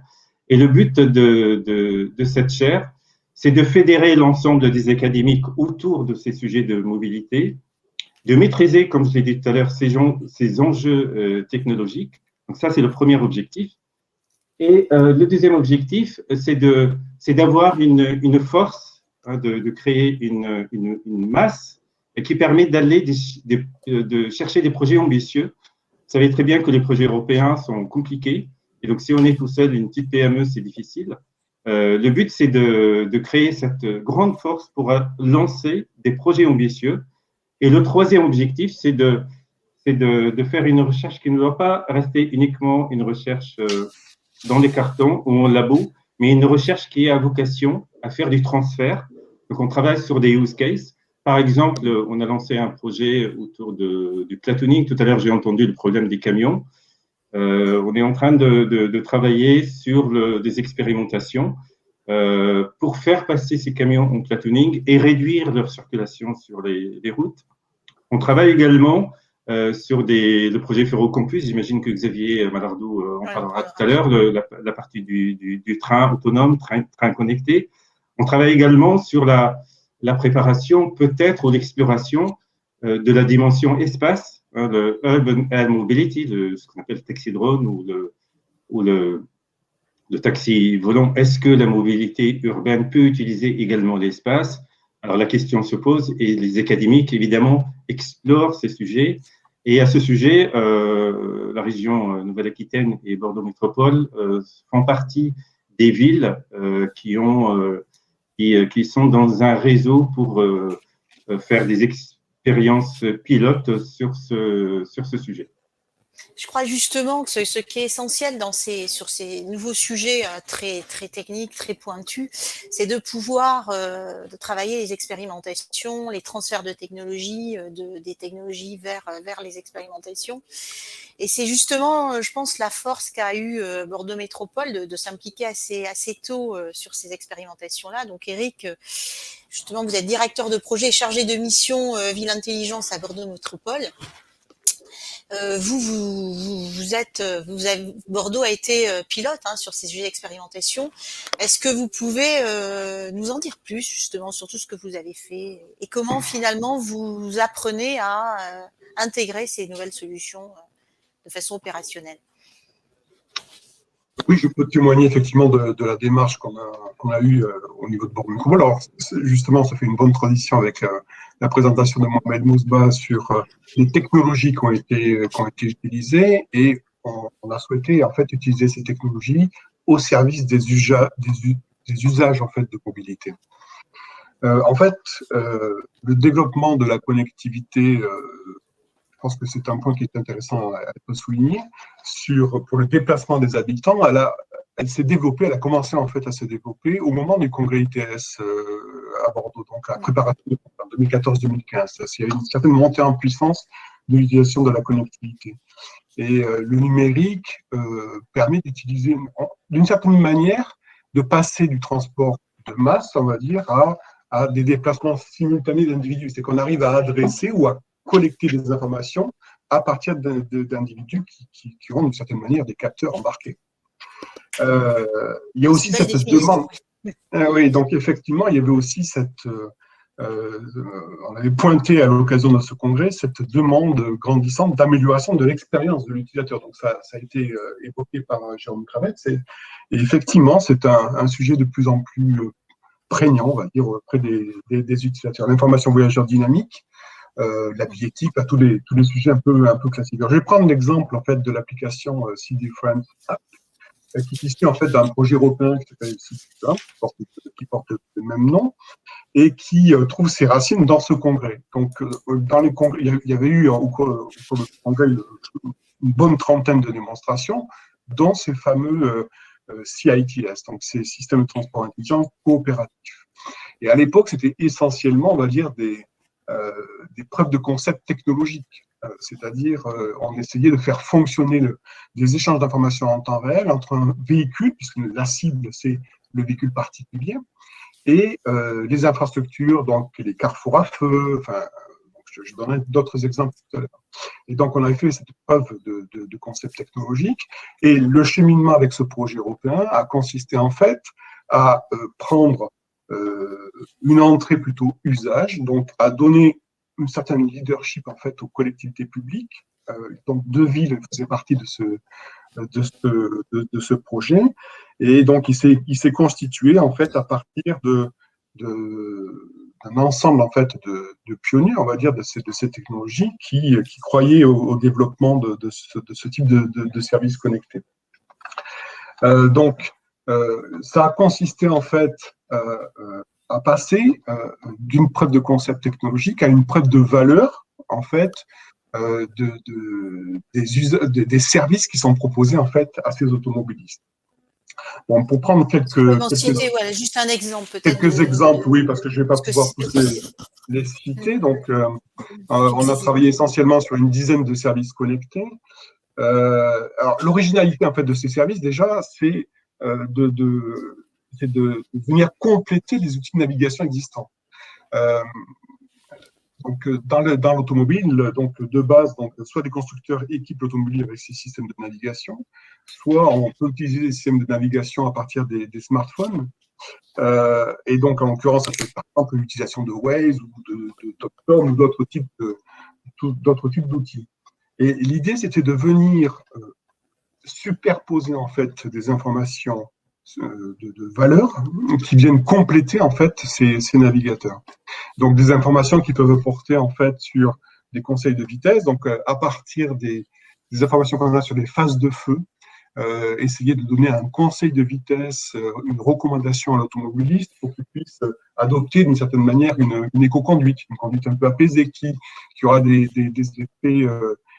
effets positifs en termes de réduction de réduction de la consommation de carburant et donc des émissions.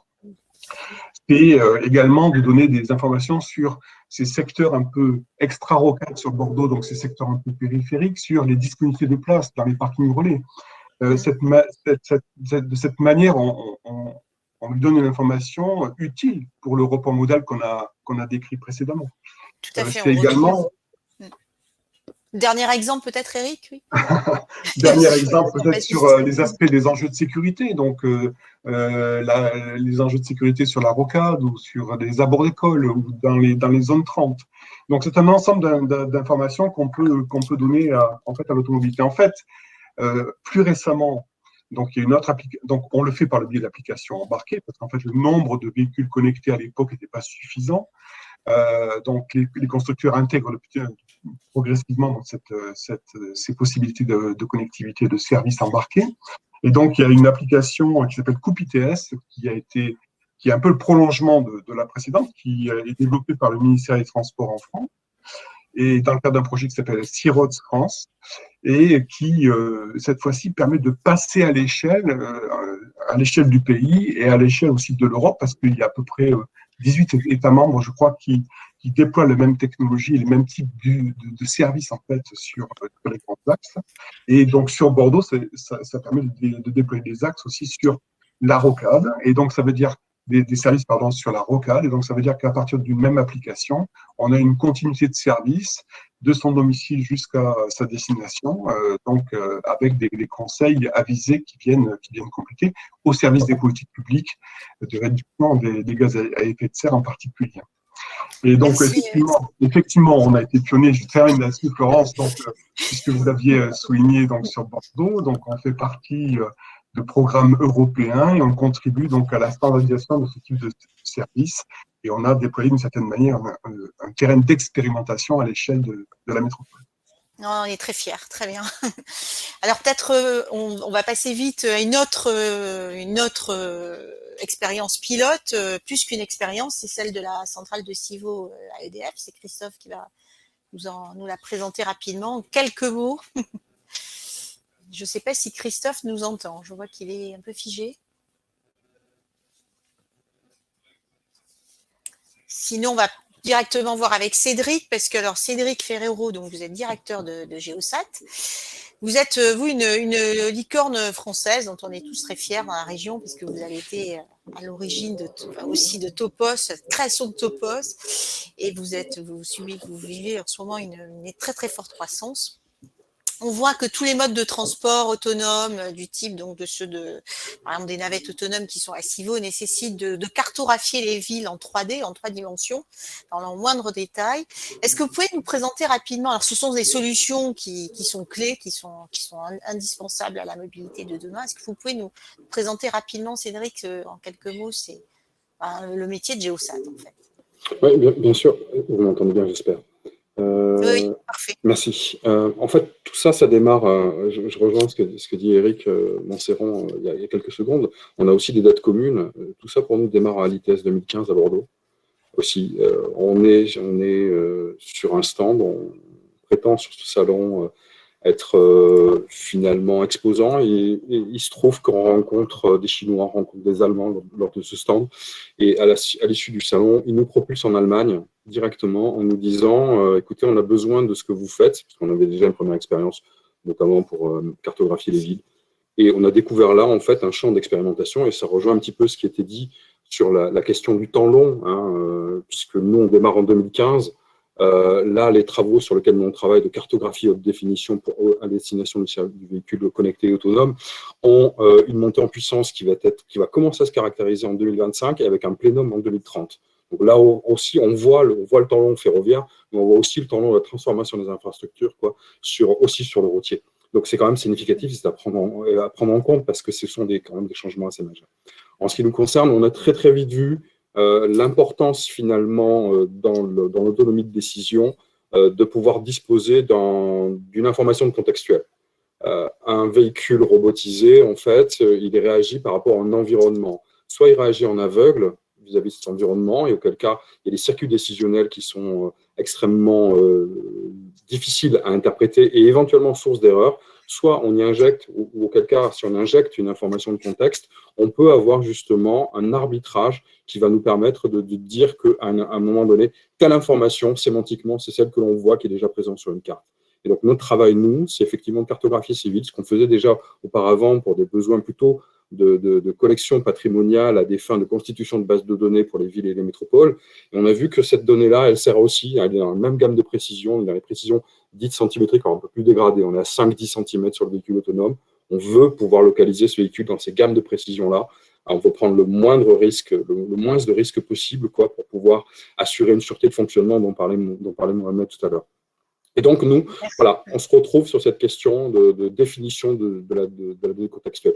Et très rapidement, on a vu arriver la captation de la donnée, c'est une chose, mais aussi la capacité à pouvoir la traiter avec sécurité et avec précision. Ça a engagé des travaux de recherche pour nous qui sont importants. Et donc, les académiques, ici, nos premières expérimentations se sont faites avec le Labri pour pouvoir assez rapidement implémenter de nouvelles techniques qui nous permettent non pas de faire de l'artifice pour dire on utilise telle ou telle technique, c'est pas là le propos, mais c'est surtout de garantir à un moment donné que l'information que l'on donne, puisqu'elle sert en fait un système critique, elle a la capacité de pouvoir être définie avec maximum de précision et de certitude. Et donc, ces enjeux-là de formation, de recherche et aujourd'hui maintenant de scalabilité, de mise à l'échelle, sont très significatives puisque les enjeux commencent à devenir importants et on a quelques acteurs qui sont sur la place pour pouvoir y prétendre. Nous, de notre côté, on est sur les environnements très complexes, très difficiles, puisque ce sont ceux qui ont besoin d'avoir la plus grande finesse dans la définition contextuelle. Merci Cédric. Alors justement, ces solutions sont clés pour les véhicules autonomes. Alors Christophe, est-ce que vous nous entendez cette fois-ci? Oui. Est-ce que vous pouvez présenter rapidement justement parce que c'était aussi une expérience pilote en région, si c'est possible moi, je en vous quelques entendais, mots, parce qu'on a pris beaucoup. je vous voyais. Ah, on a pris beaucoup de retard en fait sur le programme. Est-ce que vous m'entendez? Très bien, oui. Est-ce que vous m'entendez, vous? Oui. Oui, j'ai compris ça. Je n'ai pas la certitude que vous m'entendez. Est-ce que vous m'entendez? Si, c'est bon, on vous entend. Oui. On vous entend. Oui, d'accord.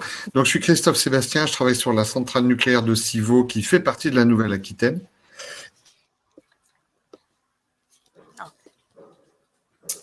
Bon, j'ai l'impression qu'on a quand même des problèmes avec Christophe. Donc,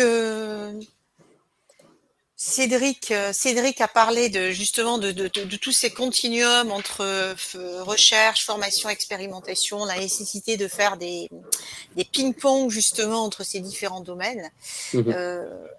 Un sujet sur lequel justement ces travaux vont être menés, c'est justement le projet Ferrocampus. Alors excusez-moi, je passe un peu du coq à l'âne.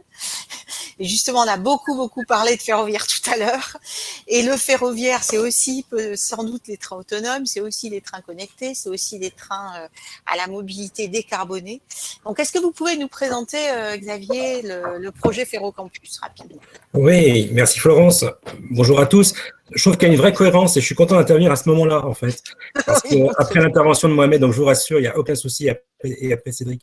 En fait, Ferrocampus, c'est une idée, c'est une idée, en fait, au départ, qui émerge de la tête des élus du conseil régional et qui, en fait, fait suite à une annonce de la SNCF qui consiste à restructurer un de ses technicentres en France sur un bassin, le bassin de Saintes, qui est un territoire historique, ancienne région ferroviaire française, donc il y a vraiment cette culture.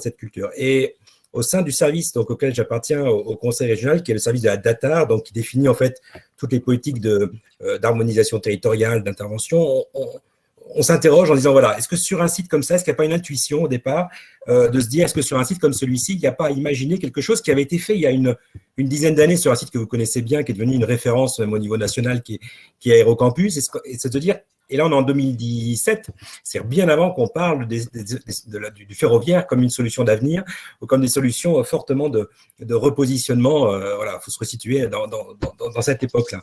Donc, au départ, c'est une intuition, en fait, des élus et du président qui dit, voilà, il doit y avoir peut-être quelque chose à creuser. Et donc, on creuse.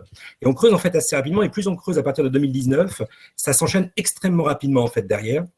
Puisque 2019-2020, on arrive en plein Covid, et là, on se rend compte que sur les enjeux du ferroviaire, enfin, on se rend compte, on le sentait, si vous voulez, mais je veux dire que là, il y a vraiment un alignement complet des astres, c'est-à-dire qu'on voit que l'impact en termes normatifs, en termes de reconfiguration avec les nouvelles règles européennes des acteurs, autour des enjeux de rupture technologique, autour des transferts réglementaires aux régions de nouvelles compétences dans le domaine ferroviaire et les questions de revitalisation de ces voies secondaires, on se dit là, il y a un vrai enjeu. Et en fait, en parlant durant cette étude d'opportunité de faisabilité avec l'ensemble des acteurs de la filière ferroviaire française, aussi bien les fédérations, les écoles d'ingénieurs, les grandes entreprises et les entreprises du territoire, on se rend compte très vite qu'il y a un vrai potentiel derrière ça. Il y a un terrain de jeu, en fait, on va dire, à la fois de retournement de ce territoire et finalement de faire travailler, comme disait Mohamed, ensemble des choses qu'on sait faire en région Nouvelle-Aquitaine, c'est-à-dire faire travailler ensemble le milieu universitaire, le milieu de la recherche, le milieu des clusters, le monde de la formation et les acteurs du ferroviaire, parce que du coup, la région récupérant la compétence, elle récupère aussi un peu de pouvoir et donc elle récupère aussi une capacité vis-à-vis des grands opérateurs nationaux ou des grands constructeurs, la possibilité de commencer à discuter un petit peu sur ces enjeux avec un certain nombre de problématiques qui sont immédiates, c'est-à-dire comment la région est en capacité de remettre à niveau 3600 km de voies secondaires. Alors, on les appelait secondaires, maintenant on les appelle lignes fines, on parle de lignes infrarégionales, c'est-à-dire non électrifiées, sur lesquelles il y a des zones blanches, et sur une région qui est la plus grande région de France, avec des problématiques littorales, des problématiques de montagne, des problématiques de tunnels, de ponts, enfin, on a à peu près toutes les configurations. Et donc, excellent sujet pour la région et on va dire complètement transversal, c'est-à-dire à la fois de développement économique sur les questions de l'animation filière, structuration filière, évidemment un sujet de transport, mais aussi un sujet de formation et finalement un pôle data finalement qui prend ça en main parce qu'on considère que c'est aussi un moyen de retourner un territoire, qu'est-ce qu'est le territoire de Saintes sur une culture historique qui est encore très présente sur le territoire et peut-être de redonner un peu aussi d'espoir et un nouveau sens aux enjeux ferroviaires sur ce territoire.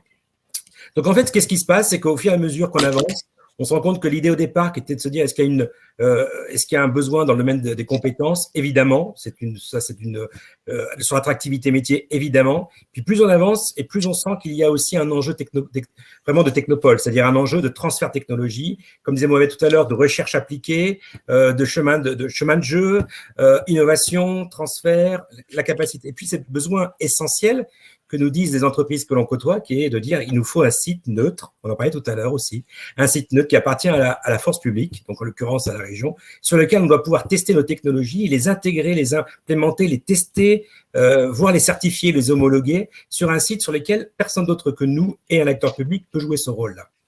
Donc en fait, aujourd'hui, Ferrocampus, c'est un projet qui en fait avance extrêmement vite à l'échelle de ces grands projets ferroviaires, puisque c'est un projet sur lequel on a commencé à travailler en 2019.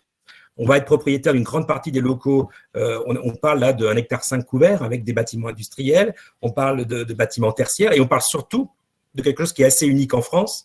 C'est d'un site qui a un accès voie qui lui sera dédié, connecté au réseau ferroviaire national. À Saintes, vous voyez la carte. Et donc, forcément, vous voyez les enjeux qui s'y trouvent. Et donc, en fait, on aura à la fois donc, finalement un lieu totem, qui sera une plateforme, donc ce qu'on appelle nous un campus technopolitain, le concept est un peu nouveau, c'est-à-dire un lieu à la fois de formation, d'information, d'orientation, mais aussi un lieu de recherche.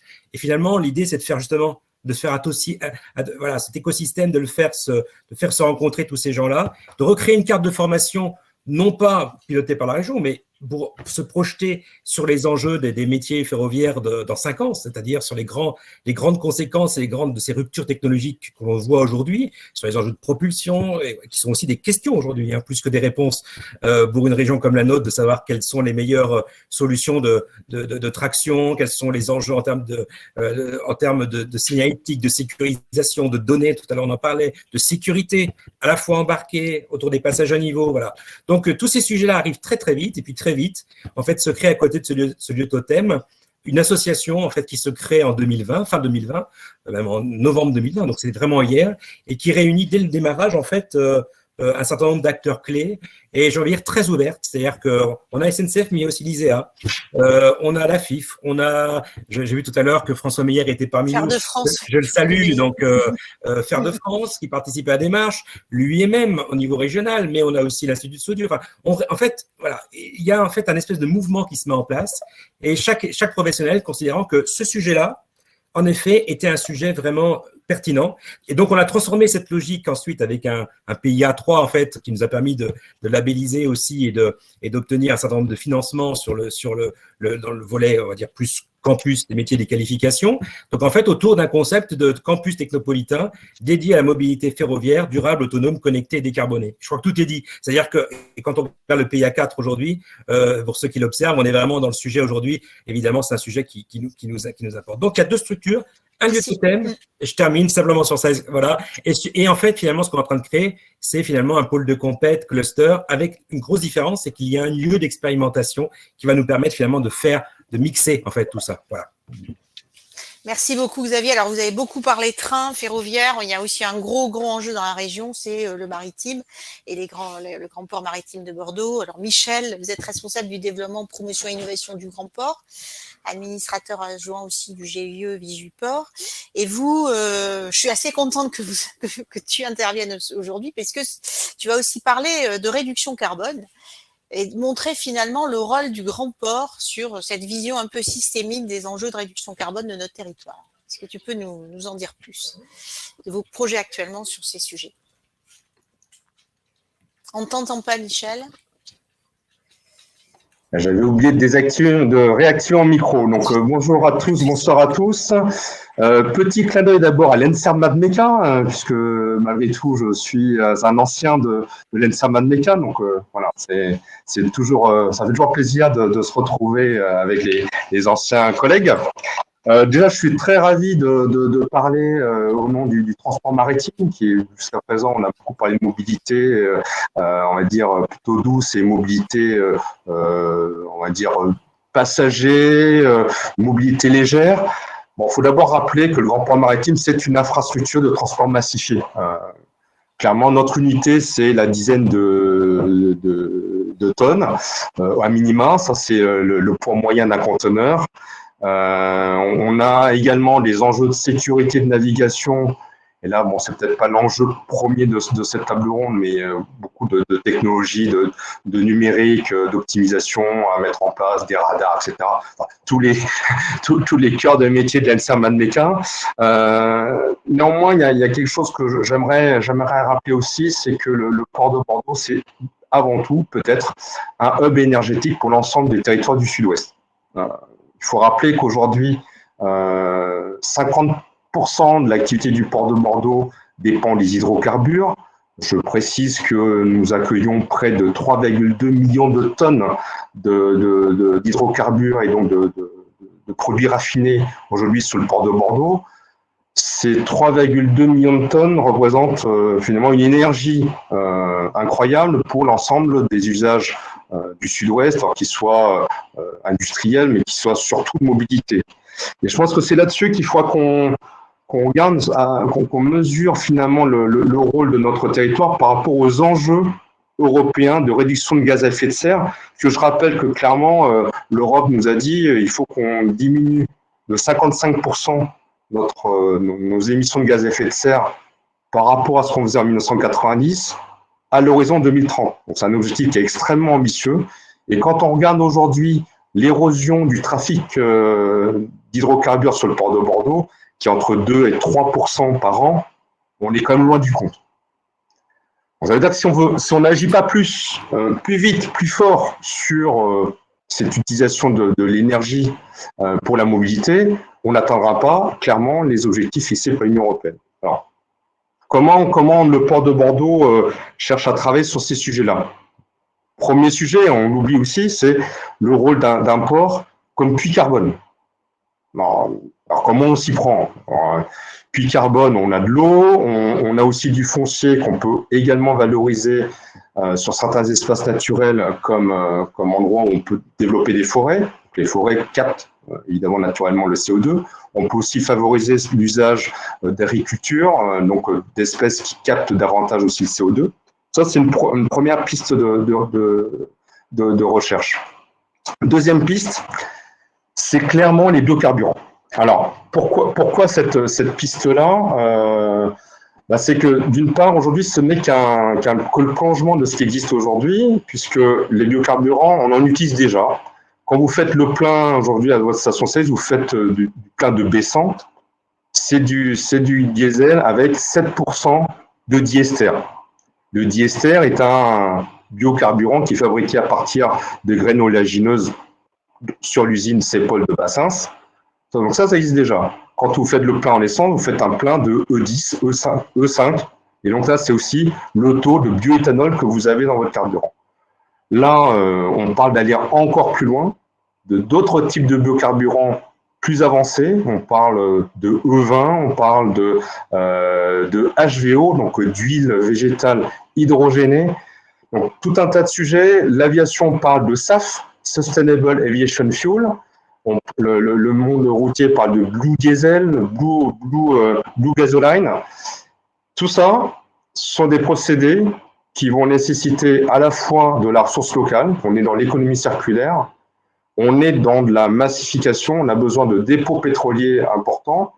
Toute cette infrastructure qui existe aujourd'hui pour alimenter les camions-citernes qui eux-mêmes vont alimenter les stations-service, c'est cette chaîne qu'on souhaite prolonger, décarboner et encourager. On cherche à encourager également tout un écosystème local de recherche, de développement, au niveau de l'agriculture, au niveau de la chimie et au niveau des nouveaux procédés industriels qu'il faudra réfléchir évidemment dans une logique de décarbonation pour 2030-2040. Donc voilà un petit peu les sujets sur lesquels on bosse.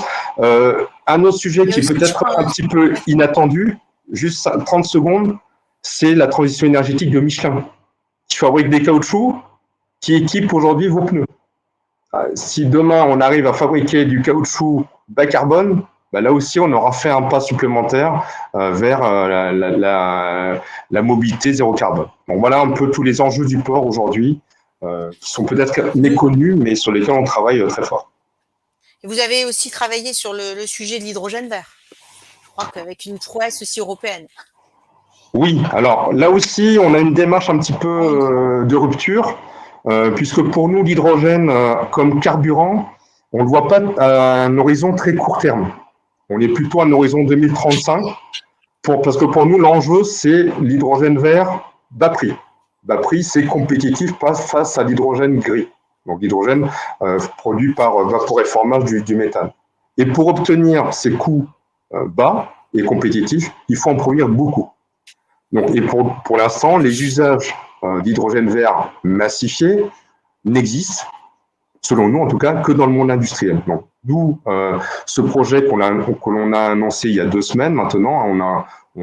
Avec l'entreprise GH2, nous avons signé un partenariat pour implanter l'une des plus grosses infrastructures hydrogène d'Europe, donc avec un électrolyseur de 100 MW.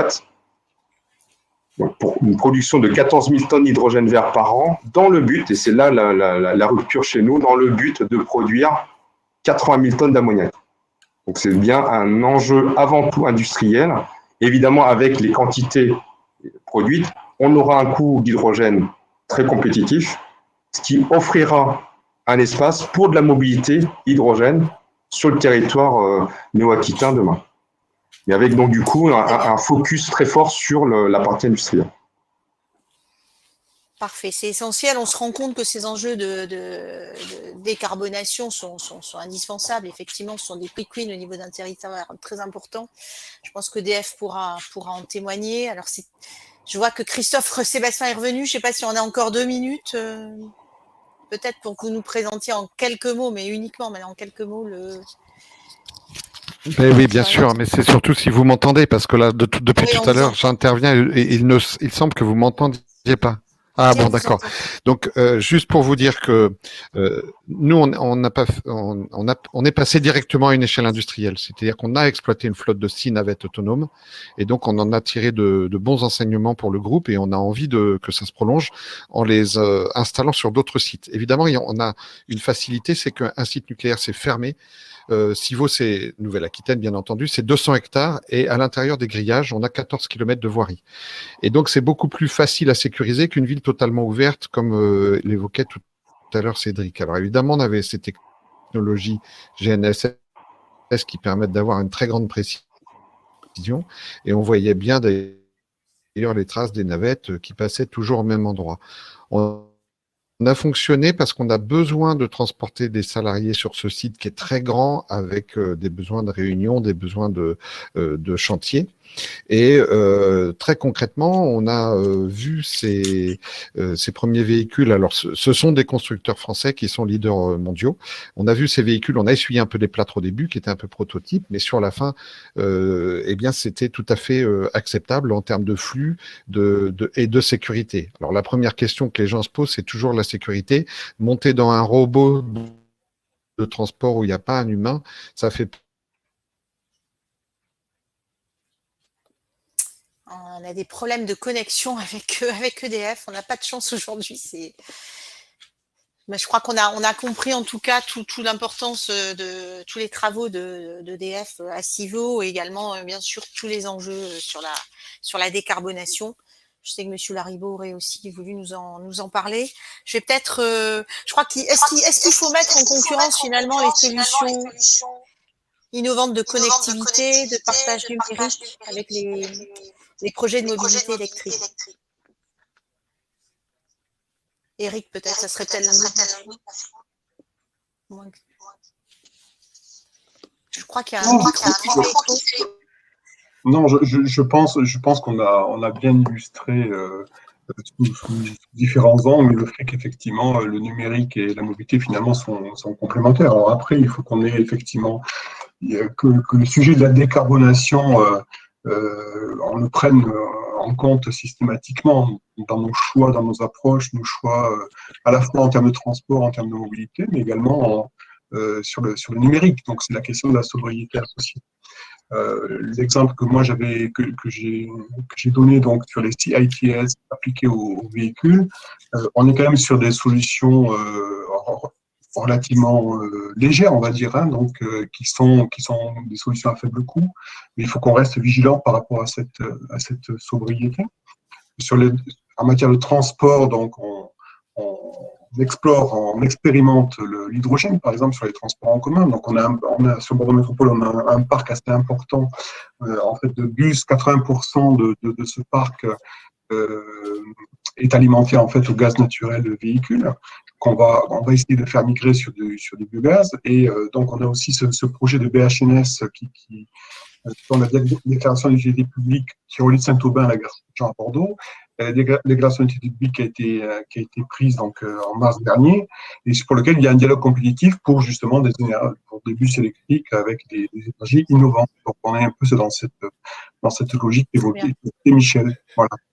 Je crois qu'effectivement, on a compris que tous les travaux qui vous ont été présentés aujourd'hui autour de la mobilité, même si c'est du numérique, même si c'est du train, etc., ça vise quand même la décarbonation et un meilleur service aux usagers. Je vais devoir conclure ce séminaire en laissant peut-être la parole. Je crois que Monsieur Lariboe, vous avez il y a de très très gros échos. Ce que je vous propose, c'est Xavier Lariboe en fait, en gros Larsen, mais peut-être si vous êtes connecté, Monsieur Lariboe, on vous laisse. Voilà, je vais vous laisser en tant que mécène de ce séminaire, peut-être conclure. Je remercie tous ceux qui ont posé des questions. Malheureusement, je crois qu'il faudra refaire un apéro. On n'a pas pu aborder l'ensemble des thématiques qu'on aurait aimé aborder aujourd'hui. Mais merci à tous les experts. Et merci aussi aux co-organisateurs, Topo, SADI. Et je laisse la parole à Monsieur Lariboe pour conclure. Alors, on va improviser parce que je n'étais pas du tout parti là-dessus, mais enfin, on va dire simplement un mot sur l'électrique et la mobilité électrique. Et c'est vrai, je rejoins tout ce qui a été dit, bien entendu. Il faut aller vite dans la décarbonation des usages, et notamment des usages liés à la mobilité. Le verdissement des transports et des mobilités en général est incontournable aujourd'hui. Nous-mêmes, on s'y est engagé à travers le plan mobilité. Notre métier, c'est d'accompagner tous nos clients, bien sûr, vers cette décarbonation à travers la mise en place de bornes, à travers des conseils en termes de conversion de flotte, etc. Bon, je vais très vite, mais de manière très synthétique. On voit qu'il y a des nouveaux usages qui apparaissent, il y a des nouvelles technologies qui viennent répondre à ces nouveaux usages et à ces nouveaux besoins. Je pense à toutes les expérimentations qu'on a pu faire. Christophe n'a pas eu le temps de détailler, mais de navettes autonomes, mais également de bornes bidirectionnelles de recharge intelligente qui seront un maillon essentiel dans la gestion des réseaux électriques demain. C'est vrai qu'aujourd'hui, la mobilité, l'électrique est quand même l'énergie qui est la filière la plus mature pour aller vite et bien dans la décarbonation des mobilités. Ça ne veut pas dire pour autant, et je ne dis pas ça, puisqu'on travaille également sur d'autres aspects, ça ne veut pas dire que c'est la seule solution et que ce sera la seule à l'horizon 2030-2035, en tout cas sur les horizons qui nous semblent lointains, mais qui en fait sont très proches. Pour autant, aujourd'hui, c'est quand même sur l'électrique que l'énergie électrique qui peut répondre à une grande partie des besoins et des usages, et en matière de véhicules électriques notamment. Merci beaucoup, Xavier. Peut-être merci à nouveau tous de vos interventions. Dire aussi qu'on est désolé des soucis techniques là, pour les deux intervenants qui ont eu plus de mal à nous rejoindre. Mais pour l'ensemble des participants encore connectés, vous aurez accès après cette table ronde au replay qui vous sera envoyé immédiatement après la séance. Et puis, un certain nombre de documents ressources qui ont été transmis par les différents intervenants, des liens pour approfondir aussi l'ensemble des sujets qui ont pu être abordés ou des expérimentations qui ont pu être évoquées. Donc, on vous transmet cette page qui permettra d'aller plus loin que ces discussions bien denses, bien riches, avec beaucoup d'interventions. Donc, encore une fois, merci beaucoup à tous. Et puis, peut-être en guise de conclusion, vous inviter à poursuivre nos échanges autour de nouvelles thématiques en Nouvelle-Aquitaine, et le 9 juin prochain, nous traiterons du sujet des circuits courts, une tendance de consommation qui commence à se structurer du côté tant des producteurs que de la diffusion, de la commercialisation. Voilà, donc rendez-vous sur nos prochains échanges. Encore vraiment, merci à tout le monde, et merci Florence pour cette animation parfois un peu compliquée et très réussie, qui a permis de donner la parole à tous. Merci beaucoup, merci à tout le monde. Merci à tous. Bonne Bonsoir. soirée. Merci. Bonne soirée. Merci, au revoir.